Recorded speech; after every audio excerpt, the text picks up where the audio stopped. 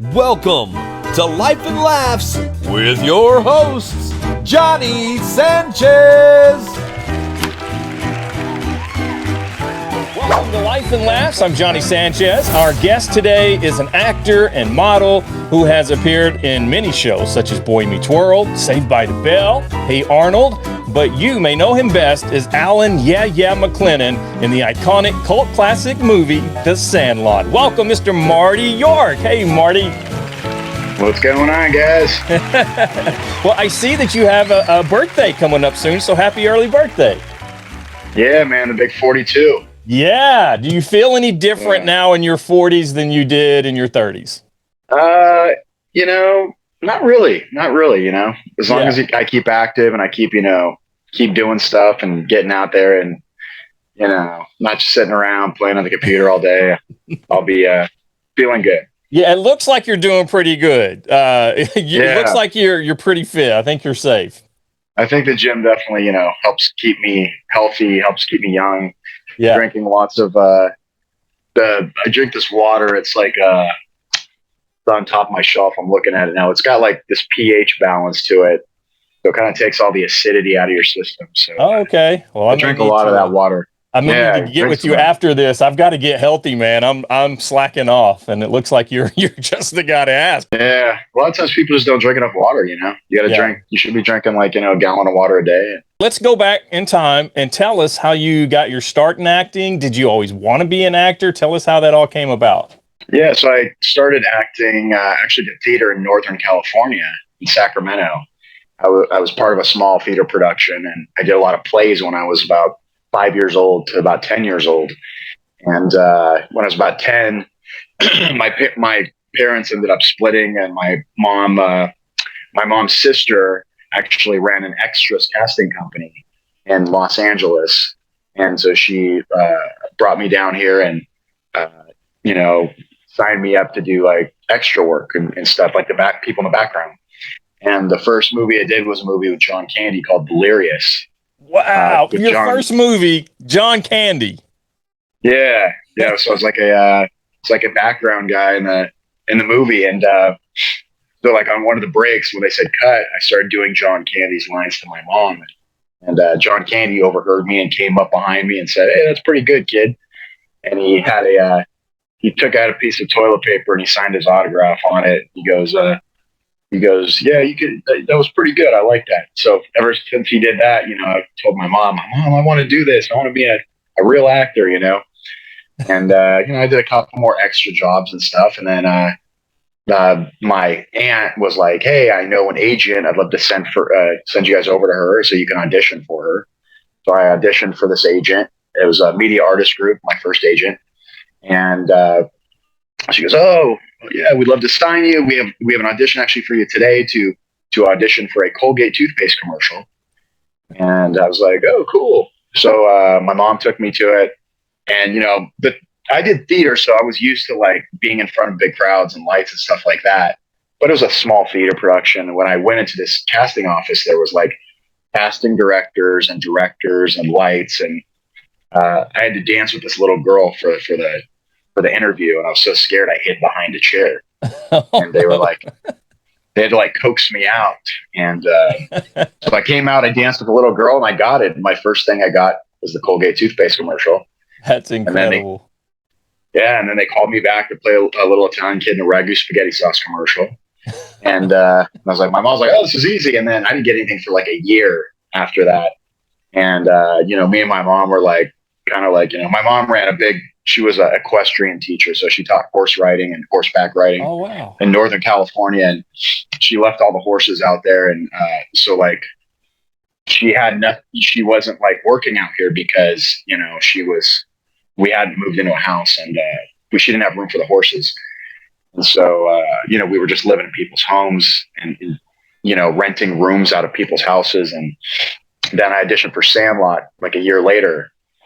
And I auditioned for Bertram originally, who was another character in the film. Yeah. And I got a call back for Bertram, and I auditioned for Bertram again, and I got the role for Bertram. And then they took all of us to like a ball field and kind of lined us up when we were going to start practicing baseball. And they were Yeah, like, I was going to ask you about, you had to practice quite a while, didn't you? Yeah, we trained for about 2 months out here in Los Angeles. And actually, our baseball coach was the guy that in the movie that Squints' grandpa, Palidorus, that goes forever. That was actually our baseball coach. Oh, wow.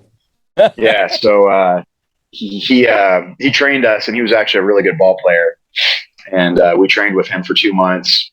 But going back to the story of the mixing and matching of the kids, they basically said, yeah, you don't really fit the role of Bertram. He was kind of like a taller, lankier kid that was kind of like hippie-ish, almost. And it was more of like a fast-talking little, talking kid. Yeah. And so they said, well, we'd like you to, we don't really want him for Bertram, but we'd like him to go reread for Yeah, which was a bigger character in the film at the time. Mm-hmm. And I was like, my mom was like, oh shoot, we're back to, because I had already gone on two role callbacks to get this role. And this was supposedly going to be like a big film. And so I went back to the drawing board. And so my mom gave me this big Hershey's Kiss bar before I went in, because had a ton of energy. And she's like, eat that whole thing. So I just ate the whole chocolate bar, went in and stood up and clapped. And I was like, all right, well, I think I got the role. So that's awesome. Yeah. Well, yeah. I heard that you described, this isn't an interview somewhere. I heard that you described yourself as a bad kid. Why did you think you were a bad kid? Oh, you probably heard that in the Boy Meets World interview. It may be because I did hear that. Yeah, Pod Meets World. Like, I don't know, as a kid, just like, I didn't have a lot of adult supervision because my parents were always working and doing this and that. So I grew up with my friends. I wasn't like even into working out or anything. I would be like the kid where everybody else was running laps in the field. I'd be under the bleachers smoking weed, popping pills with the kids under the bleachers. And what age did that start? I started doing that probably like around, say like 15, wow. 14, 15. Yeah. And I just, I just was like, I don't know. I wasn't into like eccentric acting kids, Right. You probably heard the whole JTT thing when I said, we were playing basketball against the home improvement kids when I shot Boy Meets World, and he like skinned his knee, and he was like, "You pushed me," and I was like, "No, I didn't. Get up." It's like a whole thing. I won't talking about Jonathan Taylor Thomas for those that aren't familiar with that abbreviation. Yeah. Yeah. So like, you grow out of it, and you just change. And well, who'd you get along, I guess, best with then from the cast of Sandlot? Still like one of my best friends today, Victor DiMatti, who played Timmy Timmons. Yeah. We've been best friends for many, many years. And I still went to his wedding and go over to his house all the time. We hung out a couple days ago. And oh, that's awesome. He's probably the guy that I only really hang out besides the Sandlot cast when we're doing signings. I hang out with him like besides that stuff too. So the film, I think you said, was filmed somewhere in Utah. Where was it in Utah? We filmed in Glendale, Utah. And that's where most of the sets were. So the pool, the actual Sandlot field, Benny and I was going to say Tom Gyrie. I forgot his name from Smalls. Yeah. That's where their homes were, because it's just an area that looks like the 1960s. And so, it was the best place to shoot. Now, I might have heard this from the Pod Meets World podcast too, but is it true that you actually got in a fight with one of the cast members on the set? Yeah. Yeah, you probably heard that from a different one. That was Grant Gelton, who actually played Bertram, the role I originally got. Yeah. How'd that happen? We were filming a scene. I forgot I was getting the ball back scene, and he started like talking crap to me, and then he pushed me. And so I like punched him in the stomach, and he just like went down. And we have like a set teacher, there's a teacher on set even during the summer, because there has to be a teacher on set, even though we didn't have to go to school during the summer that we filmed. But he was like, now, we might have to kick you off the movie for this. And I actually told them that they had to kick me off the movie for me doing that. So, my mom was really upset, and And there's actually a scene that was cut out of the Sandlot where after I go over the fence and come face to face with the beast, I get pulled back up and I crap my pants because I'm so scared of the beast. Yeah. And then I walk away in shame. And it didn't work. It looked stupid. It was dumb. It didn't fit in the movie. And so, there was a lot of like little spats between the Sandlot guys, I think Pat Renner, who played Ham, and Tommy Timmons got into it one time. Oh, really? Yeah, we threw some blows when we were kids. Well, because you spend a lot of time together, and you're getting kids from all different backgrounds, and you're putting them all together. And there's a lot of waiting time on most sets. Was it like that on the Sandlot? Did you have downtime? Yeah, there's always downtime, and plus it was hot. It was extremely hot. I mean, it was like, I remember the heat vividly as being like over 100, like every day. Oh, wow. And they actually had big buckets of sea breeze. I don't know if you know what sea breeze is. Yeah. But it's like a cooling solution, and they would soak towels in it, and they would actually put it around our necks to cool us down. Wow. Because it would be so hot when we filmed, and we would sit in the treehouse just to get out of the sun. We would actually hang out in the treehouse because it was like a fully functioning treehouse. Really? Yeah, it was back in the day when like real sets were built, like things weren't CGI. So yeah, back in the good old days. Yeah, where they used puppets and real props and real. Did you get to spend any time with James Earl Jones, the legend? Yeah, I told the story before. So like basically, the first time I met him, my mom said, "I'm going to take you to meet Darth Vader," and I said that. Oh, really? Yeah. I said, "Yeah, right, Mom. He's not here." She goes, "Yeah, he's here. He was actually in the back room eating oatmeal. He was eating his breakfast." And my mom brought me back there, and she goes, "That's Darth Vader." I go, "No, it's not, Mom." And he looked at me and goes, "I am your father." And Darth Vader voice. Yeah. And I go, "It's him, Mom, it's him." And I got all excited, and I was like, she was like, "I told you, like, there he is." And yeah, that was my first meeting James Earl Jones. And then he just smiled at me after he said that. And I was like, he is a cool guy. Very, very nice guy. Yeah. What were your impressions of him? Was he very outgoing? Did he keep to himself? Was he very professional? I mean, because he's a legend. He's an icon in himself. Yeah. Yeah, he's a nice guy. Just a nice guy. I didn't say any more words to him than that. He just said, "I'm your father," and then I was like, "That's it." My mom took me out of the room. Yeah, that's all you needed. The only other time I saw him is when we did the publicity photos for the movie, where we're standing next to him in the backyard of Mr. Mertle's house. And he didn't say anything. He just took the photos and went on his way. I think he was there for all of like 2 or 3 days. Really? Well, how long were you guys on the set then? All the kids and everybody? I think we filmed for 2 months. Really? Wow. Yeah, we filmed for about over the summer of 1992. Wow. And then you also, like you said, you had to practice for a couple of months. So this film this was a good investment of your time, I guess, and your family for that matter, your mom, I guess.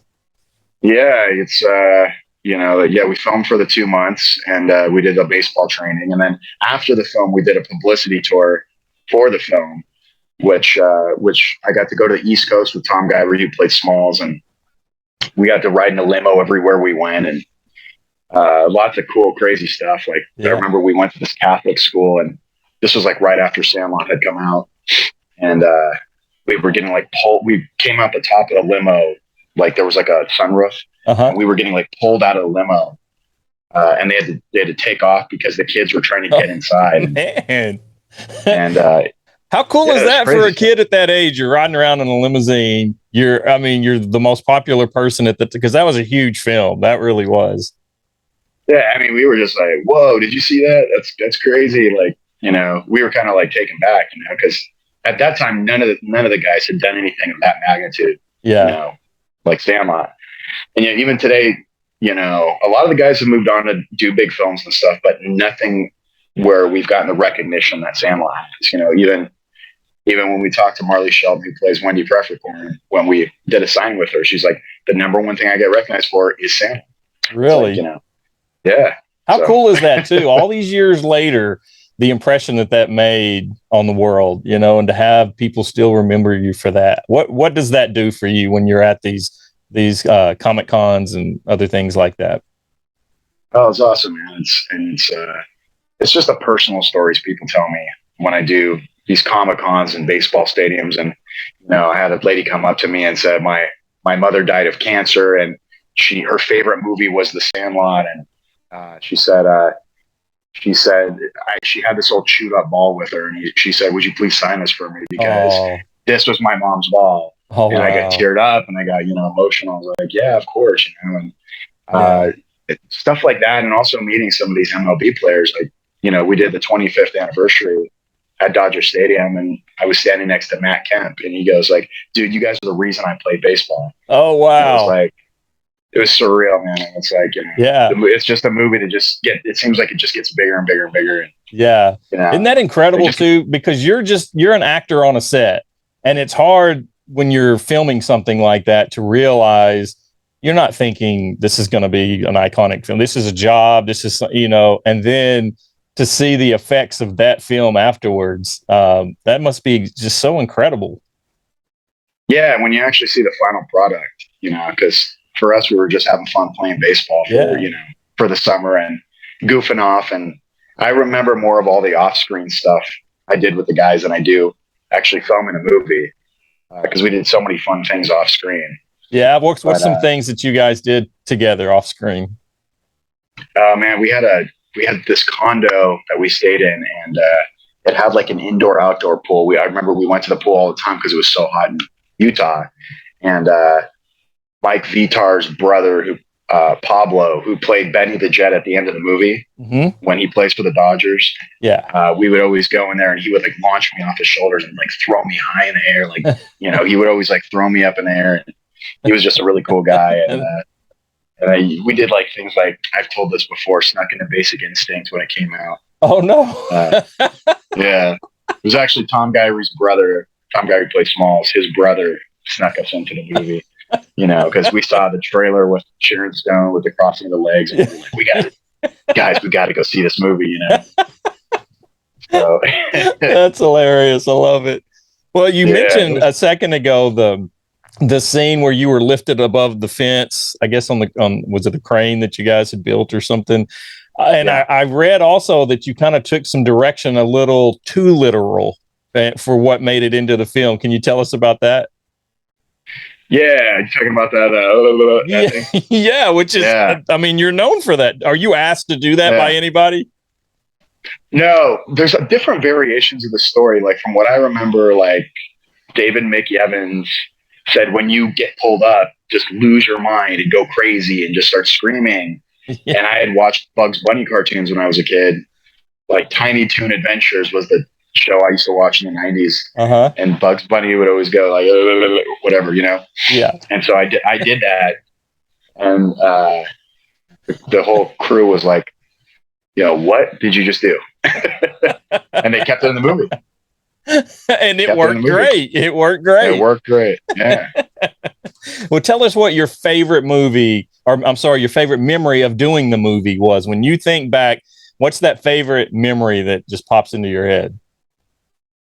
Just like all the stuff off screen we did, just all the fun stuff we did off screen, just, you know, just hanging out in Utah and, you know, having Super Nintendo, you know, battles in our trailer. We had our trailers, and we would have, one guy had Brandon Adams had a Super Nintendo. We'd have Street Fighter battles. I remember that. And stuff in the pool. And, you know, as far as filming the movie, my favorite scene obviously was going over the fence, because I did all my own stunts when I did that. Really? Yeah, that was actually, nowadays they would never let a kid do those things. Yeah. But, like, David came up to me and said, would you like to do your own stunt? Would you like to actually go over the fence? And I said, yeah, I would. And he put me in they fitted me for this harness. I still have it actually. To my garage. Really? How cool is that? Fiberglass. Yeah, it's like this big though. It's funny. I'm like, I fit in this thing. Could fit on your leg now, probably. Yeah, it was like a fiberglass harness, and over it was the catcher's gear. Yeah, and then there was it looked like it was ropes, but there was a bunch of steel wires attached that the crew was pulling me up with. And yeah, I really, I was up there about 25, 30 feet in the air. Oh, And wow. it was scary. It definitely was scary. I remember I kept hitting my head on the treehouse, the edge of the treehouse. So if you see in the movie, I'm pushing myself away from the treehouse. Yeah. They would lift me up and I'd be like, and they'd be like, all right, cut. We have to do it again. They pull me up. And so like, he's like, just push yourself away from that. So I push myself and I love this. I'm going to watch this after this interview. Knowing all this behind the scenes stuff that was going on is pretty awesome. Yeah. So that was the secret to that. Well, I heard it was a little chaotic though on the set. Is that true with all the kids and running around, and were some frustrations by maybe the director or somebody at times? Yeah. They always say two things in show business. You never want to work with kids or dogs. And we did all of it. So. Yeah. All together. My kids can only work a certain amount of hours. So, yeah, David would get mad if we didn't get the shot and the sun started going down, and he would be like, he would get angry, he'd be like on the bullhorn, like, we need to get it right now. Like, and so, we had to make sure that we were on our game. Yeah. That's extra money. If you get off schedule, that's money to the directors and the producers. So yeah. Everything's shot on film back then too. It's not like today where everything's digital. Oh, that's true. Yeah, when you're back then, it was like you ran out of film. It was like that stuff is expensive. Yeah, and it's not like you can just run to the store here in Utah and pick up some more. Exactly. Yeah, so we had to be on point. Yeah. Well, a lot of the cast from The Sandlot, they actually went on to work on other iconic TV shows, Boy Meets World, including yourself, right? Yeah. I think a lot of the guys are on Boy Meets World. I know Chauncey and Pat were on the very first episode of the pilot. I did, out of the Sandlot cast, I think the most episodes. I did 3 or 4 episodes the first season. Yeah. And I actually developed a friendship with those guys, with Ryder especially. And I hadn't seen Danielle, since I did the podcast a couple weeks ago. Yeah. And it was really cool seeing her again and talking to her again. And I didn't know if these guys even recognized me or, because the first time I saw Will and Ryder was at a Comic-Con in New Mexico. I think it was a year ago. No, yeah, it was last year. Yeah. And, I was like, are they going to recognize me or remember who I am? And they turned around and go, Marty? And I go, oh, you guys recognize me. Yeah, that's awesome. Because you probably get that a lot where you're not recognized because you were little. I mean, you were a little kid then. And I mean, now you're into the fitness thing. You've got a lot of muscle. You're a lot bigger. So does that happen a lot? They're like, you look familiar, but I just can't. I get recognized in the weirdest places. I got recognized once at In-N-Out Burger, which is like a burger joint in California. Yeah. I'm missing it out. Yeah. Everybody says Whataburger or In-N-Out. I like Whataburger actually better than In-N-Out, to be honest. Yeah. That's on the Midwest, East Coast. Mm-hmm. But I was going through the drive-through, and the lady goes, "I know you." And I go, "Yeah, when we go to school together?" She goes, "No, I know you. You're in a movie." And I go, "Oh yeah, The Sandlot." She goes, "Yeah." And I go, "Yeah." So she starts handing me all these like trays and hats and stuff through the drive-through window, and I'm signing all of them. And there's like a line of cars behind me honking. She's like, "All right, guys, here you go." Like, the whole like staff left the people at the counter to hand me these trays. And I was just like, "Here's one for you." Yeah, it's like that. And I was like, when the mask thing was in place, I was because I like tropical fish, and I was at a tropical fish store wearing my mask, and the girl goes, yeah. And I'm like, you recognize me with my mask on? Like, she's like, yeah, your eyes. Oh, wow. Yeah. And I guess she came to Dodger Stadium when we did the 25th anniversary, so that might help too. Yeah. But some guys like, Pat Rennie plays Ham. That guy can't go anywhere because he looks exactly the same as he did when he was. I know. That's crazy to me. It's crazy to me. I'm just like, and we really experienced it at the 25th anniversary where we would just walk down the street and cars would drive by honking and yelling out, "You're killing me, Smalls," out the window. That's hilarious. So, yeah. Well, speaking of people that look the same, because you did just do the Pod Meets World broadcast. And to me, all 3 of those guys look identical. Ryder sounds exactly the same. Are there any other of the cast members that have changed so much that you wouldn't recognize them today from The Sandlot? I mean, most of us really. You know, I would say the only person that you would recognize is Pat Rennick, because he's just so iconic. You know, how many heavy-set, red-haired, freckled kids that look the same when they were 12 are walking around? Yeah, yeah, and he doesn't sound a whole lot. I mean, he does a little bit, but you still hear him, and you know it's him. Yeah, he sounds exactly the same. Well, tell us some of your memories of working on Boy Meets World. Did you have any special memories while you were there with those guys? Just, you know, the thing I remember most about all these things I do is the camaraderie off camera. Yeah. Because when I'm actually on camera, I'm like so focused that I don't even remember what I'm doing sometimes. Mm-hmm. I do remember like the scene I did with Mr. Feeney where there's an episode where I dress up as him for Halloween. And I'm like talking to him. I just watched that one. I love that. I had a couple lines with him, and I remember like I guess I was in something called the Death Chair, which I never knew about till I did the Pod Meets World show, where they had all these friends that sat in this chair that would disappear, and there'd be another friend there the next season. And I messed up the line with Mr. Feeney and William Daniels, and I was like, I wasn't invited back to the show because I had a recurring role. I was like on the show. I would like go the Boy Meets World set like every other week to film, and then my mom called my agent. She's like, "Oh yeah, they're done with him," and I go, "Oh, it's because I messed that lineup." So for years and years and years, I thought because I messed that lineup was the reason that I wasn't invited back. But it was just because Michael Jacobs was kind of like an a-hole kind of guy, and he, would fire people left and right, from what I heard. Yeah. So that's incredible. You were awesome on that show. I thought you fit very well in with Ryder and Ben. I thought it was such a great fit, especially on the one when you dressed as Mr. Feeney. Your reactions and playing, I thought that was just perfect. Yeah, I mean, I would have loved to continue to do the show. And it's funny because, Danielle was on the first episode that I was on. She wasn't even a regular on the show at the time. She was going to be like Corey's first kiss. Yeah. And then they decided, let's make her his girlfriend. But if you watch, the Pod Meets World shows, you could see that she almost lost her position on the show because she didn't get some lines right or something. Mm-hmm. Which is, Michael Jacobs came to her and said the same thing. So yeah, it's a whole nother world. The things that go on behind the camera, the audience never knows what it takes to make a TV show or a production like that. Yeah, and you got people in power that Well, you were on another iconic show, Saved by the Bell. I think the college years, if I'm not mistaken. Yeah. How'd that go? Yeah. How'd that come about?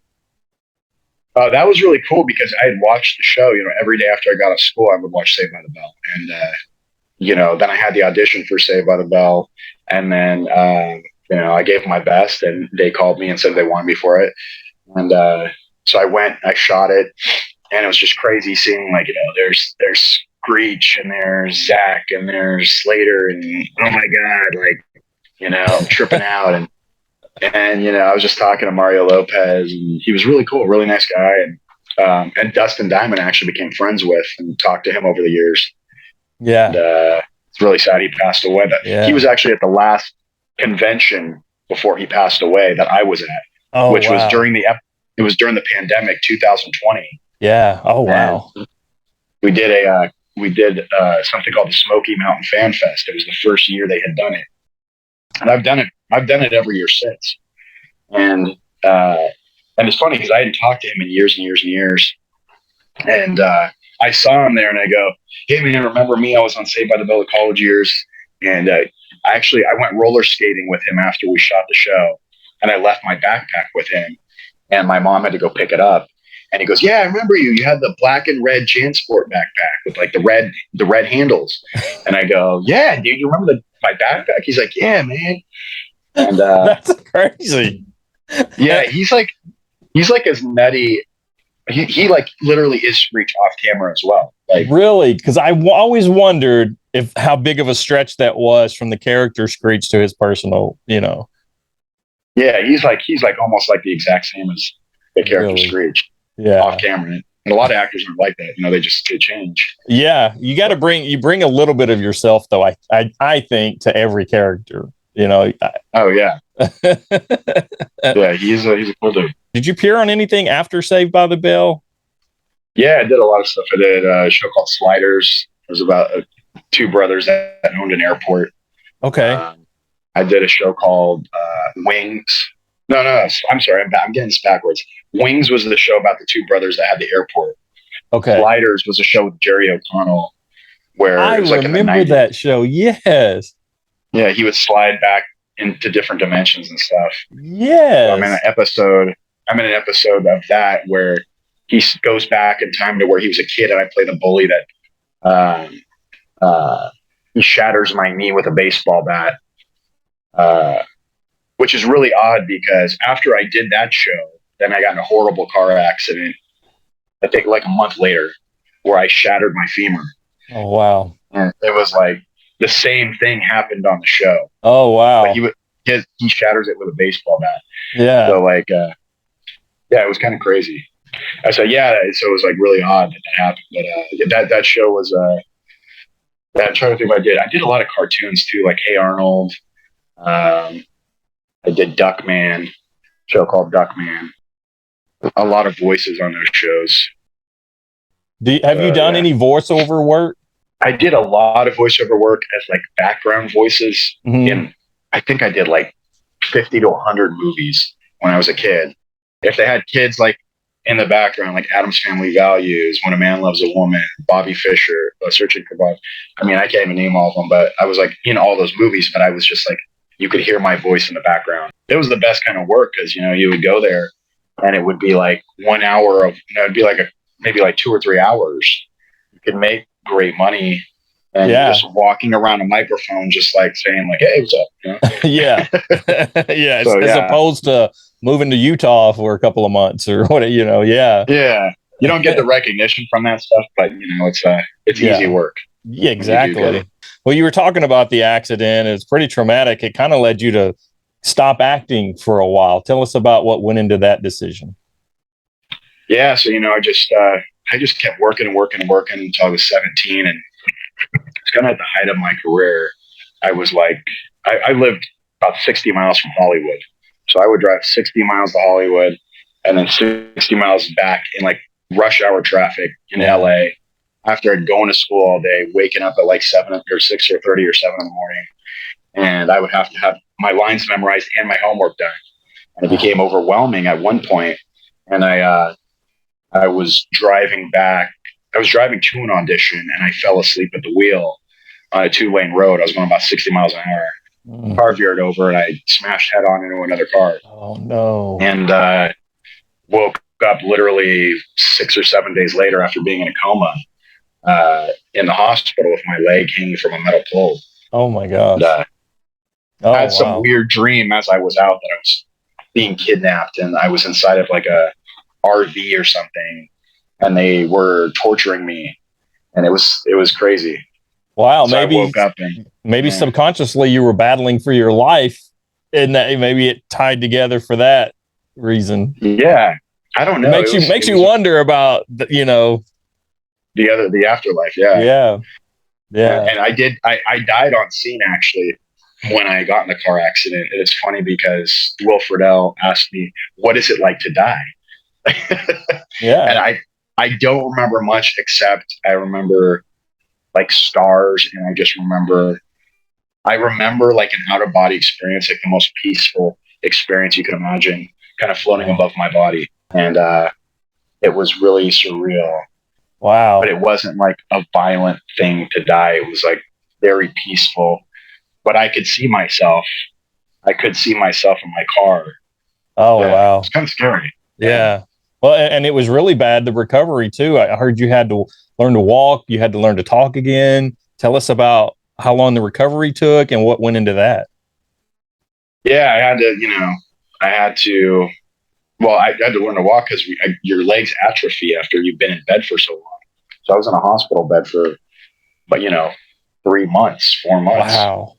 Not able to walk and your legs just shrivel up. And so just trying to walk, you're holding on to poles and you're going through serious physical therapy just to try to walk. And and I wasn't really eating. So I like went down to like 105 pounds. Oh, like wow. I looked like, a skeleton, like a walking skeleton. And while I was doing physical therapy, I learned a lot about how to work out and what to eat to bulk back up. And I started working out and I started feeling better. I started feeling a lot better when I worked out and I lifted weights and I had control of something. Because a lot of time in the acting business, you don't feel like you have control of anything. Right. You people can just say, okay, well, bye. And then that's it. Right. But, I felt like lifting weights and stuff was a way for me to regain control of my life. Yeah. So is burnout then, I guess you would say, is that a real thing for child actors? Because it seems to happen a lot. Yeah, I mean, yeah, it does. And, some child actors continue in the business and some don't. And, it's always in the back of my mind. I'm like, where would I be now if that car accident didn't happen? Because I was competing against big actors and getting parts against them. Like I was up against Elijah Wood for The Good Son. Oh, man. Yeah, it was like me versus him. I actually went up against Elijah Wood numerous times when I was a kid. I was like up for the role of Free Willy, and I was like up for these big movies, and it's just sometimes you think like, oh, I'd probably be a movie star right now if that never happened. But my life went in the direction it did, and they just need our Sandlot show to come out. We'll be back. Yes, I've been reading about that. I was going to talk about that later since you brought it up, though. There's been some remakes of the movie that you guys had done. Well, one, I think you were you involved in one of them, I think?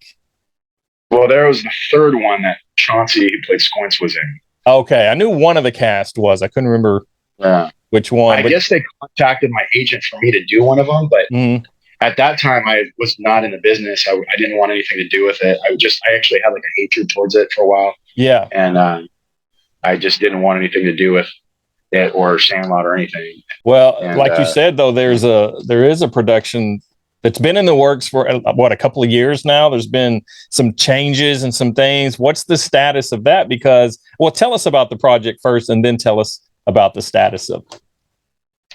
I can't tell you the plot line, but I can say that, there's a Sandlot show. We met with producers at the end of 2018, and we actually have some big people that have worked on some big shows. We've got one of the guys that wrote and directed Prison Break, working on the show. And we got some other big guys that have worked on movies like The Natural, stuff like that. Wow. So they were really gung-ho about this. The plot line was friggin' incredible. But that's when Fox owned our movie, because Fox has always been gung-ho about doing our show. Mm-hmm. They've always been for us. Even with the 25th anniversary, they went all out with us doing all the baseball stadiums in the United States and throwing out the first pitch. And how many stadiums did you do? I mean, that was a pretty big tour you guys did together. Yeah, I think I did about 10 stadiums. Wow. They kind of broke us up to do different stadiums. So, like, I got to see Miami. I did that one. I did the Marlins. I did Dodgers, of course. I did Angels. I did Twins. I did so many. I can't remember all of them. How cool is that, though? I mean, that's awesome. It was amazing, man. It was amazing to meet the players, because every single stadium they took us to meet the players. The Dodgers was the most memorable stadium because, of course, that's the end of Sandlot. It was at Dodger Stadium. And, Tommy Lasorda, if it was not for Tommy Lasorda, the end of Sandlot would not be shot at Dodger Stadium. Really? Yeah, because the director said, we need to shoot the end of the movie at the stadium, at Dodger Stadium. Because, Benny goes on to play for the Dodgers. And we talked to Tony Richmond, who was our director of photography, and Tony goes, oh, I know Tommy Lasorda. He's like, you know Tommy Lasorda? Yeah. So the story that Dave always tells is they go to Tommy Lasorda's office, and he's walking around in his underwear. And he goes, oh, you guys want to shoot a movie here? Yeah, okay. Sure, you guys got it. And he just approved it. And wow.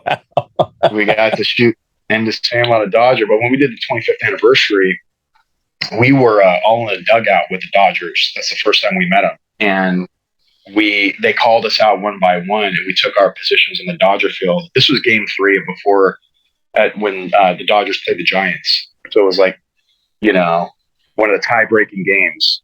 Yeah. And it was a packed stadium with 60,000 people. Wow. And we took our positions. I went to shortstop, Timmy went to first base, and Bertram went to second base. And when we all took the field, we got a standing ovation from the whole stadium. Wow, that's incredible. It was amazing. It was just like, wow. And that's the first time me and the guys I'd seen a lot of these guys in 25 years. Like Tom Gyra I hadn't seen in 25 years. Wow. Now, we've been touring now for 5 years since that 25th anniversary. And it's like, I know these guys again, Yeah. So it's like knowing your friends again and remembering them. Yeah. How cool. That's awesome. Do a lot of the guys now join you on some of the Comic-Con tours that you do? Yeah. Yeah. We do everything. Comic-Con, Sportsman. We just did one of the biggest sports shows in the United States 2 weeks ago. We're in Atlantic City. Oh, we did the National. Yeah. And it was crazy because we got invited to this, sorry if I'm talking too much. I just got stories for days. We got invited to this Panini party. Panini is a company that makes all the baseball cards and football cards and all that. Yeah. Really high-end party. We're standing next to Joe Montana, and we're with Pat Renna. Mm-hmm. And people were walking past Joe Montana to Pat and going, "Can we have your autograph?" And it was crazy, man. The impact that dude has walking around. But that's incredible. Yeah, I mean, we do me and Victor, who played Timmy, that week we did that show. Then we did a celebrity golf tournament with Shooter McGavin, Greg Brady from the Brady Bunch, a bunch of some other people, and that was fun. So we do a little bit of everything, really. It's cool. Isn't that cool probably for you when you go up to some of these iconic actors, athletes, and they know who you are? What does that feel like? Yeah. It's awesome. But to me, the hardest hitting one was Kobe Bryant, because I've been the biggest Kobe fan ever since he became a Laker. And I've watched all his games. I made sure to go to the Laker games, and then he did interview after interview after interview, where he would get giddy when he would talk about Sandlot, because we influenced his podcast that he had called The Punies. And so, we influenced one of the greatest basketball players that ever lived. And that's crazy. Wow. I sidetracked you. Tell us again the status of the, we were talking about the production that's kind of on hold, I guess. Is it on hold, or where are we at on that? I don't even know. It's just Disney needs to make their move, really.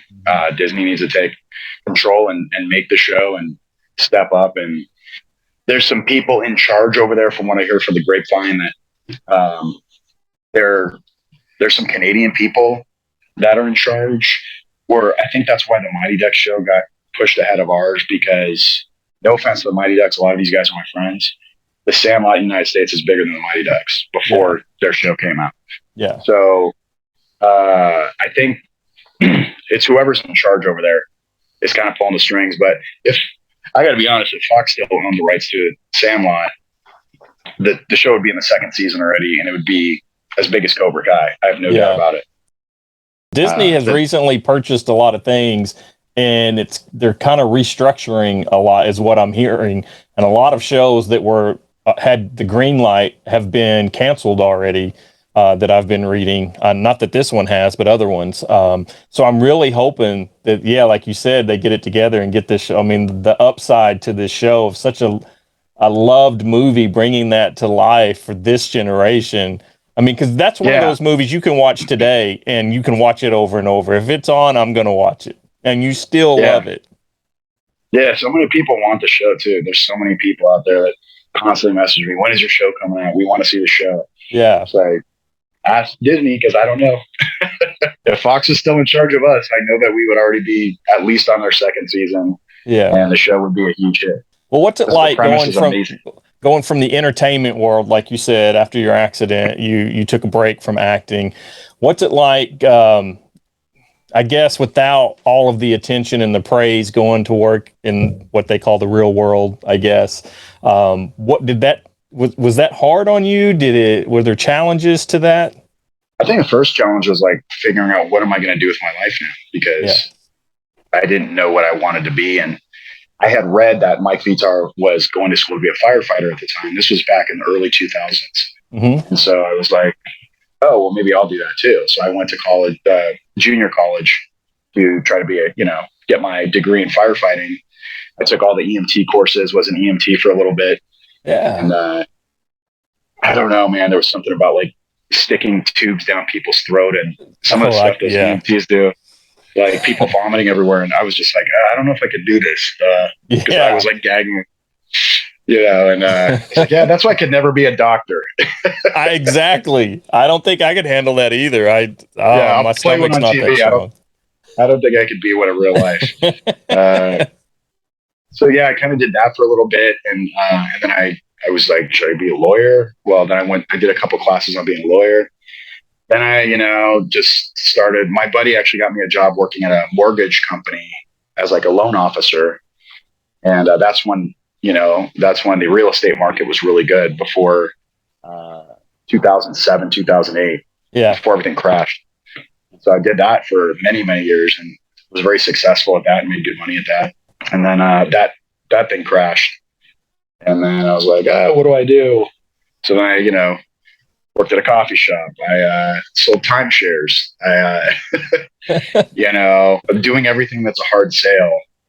And then I realized like I really liked fitness, and I wanted to like train people, and I wanted to really start training, and then I just stuck with fitness ever since then. I've just been my thing, and I kind of wanted to reinvent myself. If I came back in this business, I've always liked action heroes. I always wanted to be like a Sylvester Stallone or Arnold Schwarzenegger. So like, it'd be cool if I maybe get a part in a little role in Fast and Furious or something like that. Yeah, I can see you fitting in well with Fast and Furious. I can see that. Yeah.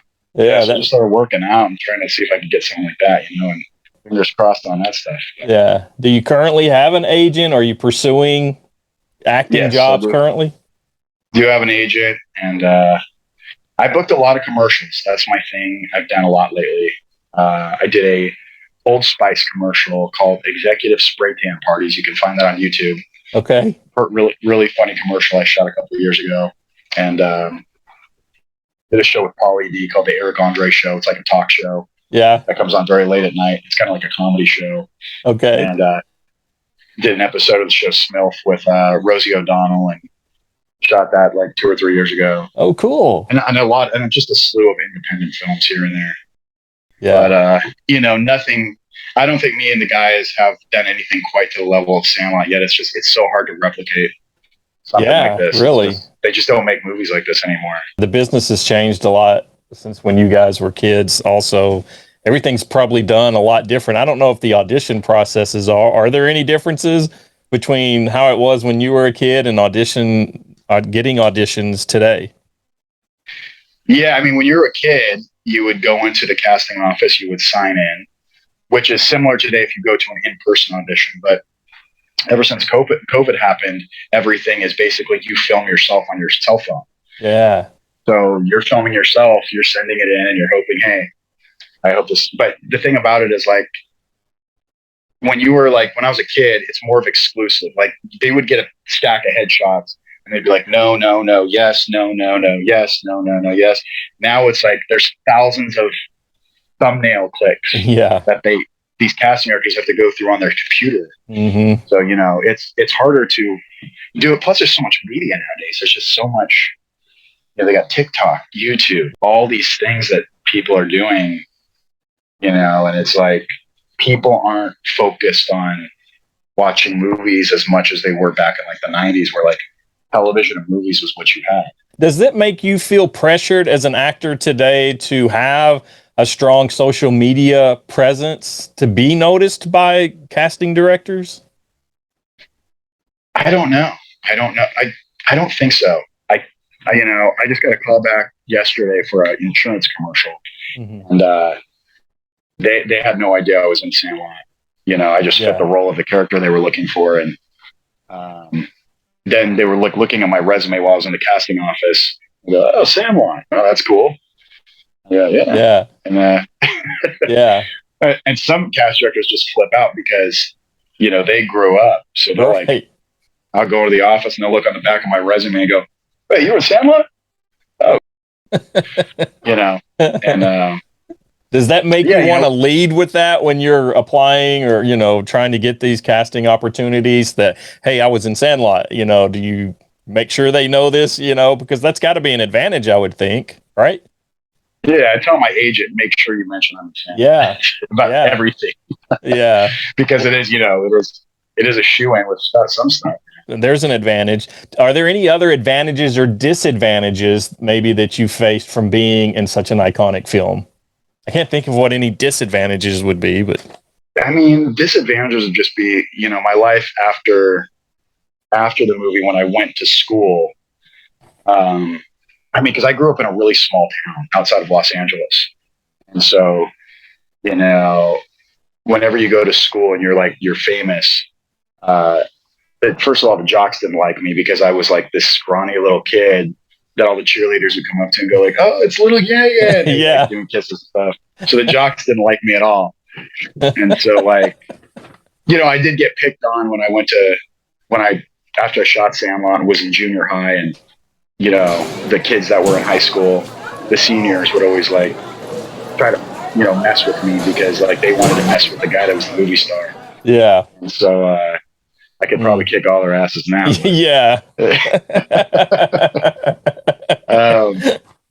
Yeah, you just, you know, you go through getting teased and stuff in school, and I know some other child actors, they go through that, and people call you a has-been and this and that when you get to a certain point, and it comes with the game. But there's been way more advantages to being in the movie than disadvantages, you know, over the past couple of years. Just the praise from people, just how it's helped people, how you know, people.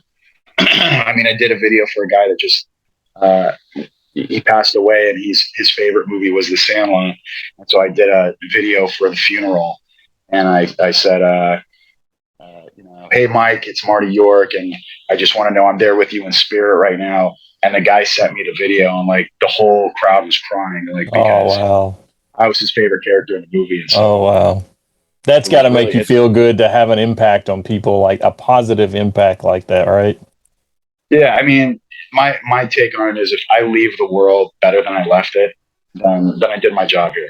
Yeah. Regardless of what it is. If I helped a woman cross the street, if I was able to impact somebody with Sandlot, then I did my job. You definitely have. Now, unfortunately, you've also experienced a lot of loss in your life. Tell us about your little sister, Nadia. Yeah. So like, yeah, that's something that happened to me a couple of years ago, and my sister passed away from a heroin overdose.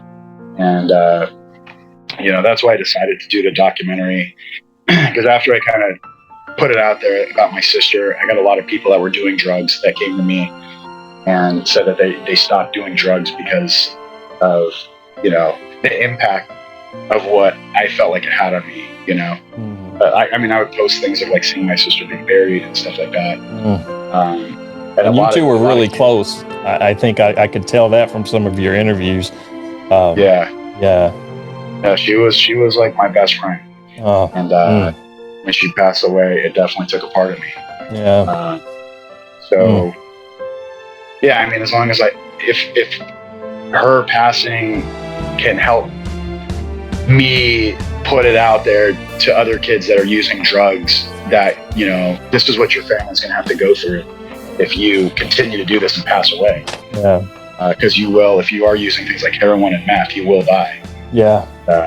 It's just a matter of time. It's not a matter of time. You know? Yeah. And what'd she think about you being a movie star and being in The Sandlot? She was always for it. She was always, I think I said this in the documentary, but when I went to the rehab center and I would go visit her in the rehab center, and she would be like, "This is my brother, the one I told you about. He's yeah." And people would be like, "Oh, wow, okay, can we have your autograph?" And people in the rehab center were like, really cool. And she would always like to introduce me like that. So, the documentary you're talking about, I think it was at LX News. Is that who produced it? Yeah, if you want a quick link to it, just go to my Instagram. It's in my bio. So if you go to my Instagram, which is Marty_York, in my bio, you'll find a link to my IMDb credits and also my documentary, which is on NBCLX, which just got picked up by actually NBC because it came out, I think about 2 weeks ago. I got tagged in like at least 30 or 40 videos of it playing in bars and people's homes. Oh, wow. And on regular NBC, like on the news. Yeah. So they did a whole segment on my life on the news. And I think what I would like to do is do like an actual feature film on it. Yeah. Oh man, I would love to see that. I think my stories, I've always liked comeback stories. I've always liked, Rocky and these stories of people that, came from bad situations to come back. Right. Redeem themselves. Right. And you've had opportunities to do that. You're here today still. That's so awesome. Tell us what you are up to nowadays. What's on the horizon for Marty York? Right now, just interviewing and ramping up for the 30th anniversary coming next year. Hopefully it's as big as the 25th. Yeah. Because if it is, we're going to be hitting the baseball stadiums for Sandlot Day, which I had, during the 25th, and auditioning for some new parts here and there. And just got a call back yesterday for something. Hopefully I get that. You never know. But yeah, doing that and just doing my working on my supplement line, which I want to come out with, called Beast Juice. Oh, that's awesome. Yes. A little reference there to the Beast from Sandlot. Yeah, I mean, everything I'm going to do, I want to do vitamins, and I want to do pre-workout powders and protein eventually. But the Beast Juice is the pre-workout powder that amps you up for the workout. And I'm gonna try to use as much natural ingredients as I can, not putting a bunch of caffeine in there and stuff like that. Yeah. And I want to call my supplement line L7 Supplements for L7 Weenie. Okay, yes. I was thinking, I was trying to figure that one out. Yeah, that's awesome. Yeah, that is awesome, man. Well, we can't wait to see what's next for you. I'm going to keep following you. Hopefully, like you said, that Disney gets this together, because we would love to see a Sandlot series with you guys. And I think pretty much the whole cast had agreed to come back to this at the original origin of putting this all together. So I can't wait for that to come into play. Any last words for all your fans out there? Yeah, if you guys want to see what I'm up to, just follow me at Marty_York on Instagram. I do go to Facebook occasionally, which is Marty York. And Twitter, I don't even know how to use it. I think I posted on that. Twitter, I posted on about 2 years ago. Yeah. So I have a page and I have followers, and I'm like, I don't know what you guys are following on there because I'm not saying anything. I have a TikTok now, which I originally hated TikTok because I thought it was the stupidest thing I heard, people dancing around with lipstick and stuff. Yeah. But I don't do any of that. That was my next question. Yeah. If you want to see that, Pat Renna does that. The guy who played him. He has a TikTok where he does dance. Oh, wow. Yeah, and he's actually not bad. I'm surprised. He's got the 3 gingers and he's dancing with them. Oh, wow. And, I got to check. I got to see that. I can't picture that. Oh, he's actually good. He's choreographed and everything. Wow. You'll laugh. It's funny. Yeah. Well, no, I don't do that. You need to join him. You need to. I did a video with him that went viral. We actually did a couple weeks ago. We did a fundraiser for Justin Turner's foundation. Oh, Justin Turner from the Dodgers. Yeah. Yeah. So Justin called us up and he's like, bring some of the Sandlot guys. He called Pat up and said, bring some of us. And so me and Vic showed up, and we got their call out bingo numbers for some people that paid a lot of money for this bingo tournament, which he used to raise money for his foundation. And me and the Sandlot guys called out a couple numbers, and then they actually built a little Sandlot on the beach in Santa Monica. So there's a bunch of kids playing in there, and we went down and said hi to all the kids and played baseball with them. And, how cool is that? Yeah. So yeah, we're good friends with Justin Turner. Really good guy. Really good foundation. Yeah, and that's another plus from being well known, is that you can help people out that are in need like that. That's got to be a great feeling. Yeah, his foundation is great. It's helping homeless vets and putting sports youth programs together for kids that can't afford it. And me and the guys are actually launching our own nonprofit called Play Forever. Yeah. Which we actually, when we were in Atlantic City 2 weeks ago, we just started. And we're basically helping inner city youth that are, below income and can't afford to play sports. We give them baseballs and basketballs and stuff like that so they can play sports. Yeah, that's awesome. I know those type things saved me as a kid, growing up with a single parent, the boys club, that type of thing gave me a place, an outlet to get involved with sports and teach discipline. So man, that much praise to you guys for helping anybody out that can help our kids today. Lord knows we need it in this world today. Get them out there, get them off the computer and the internet, and get them out there playing sports and help some kids. Then they can grow up and be big like you. That was like the number one question the kids are asking me. How do I get big? Yeah. Like, well, I went through a lot of to get like this.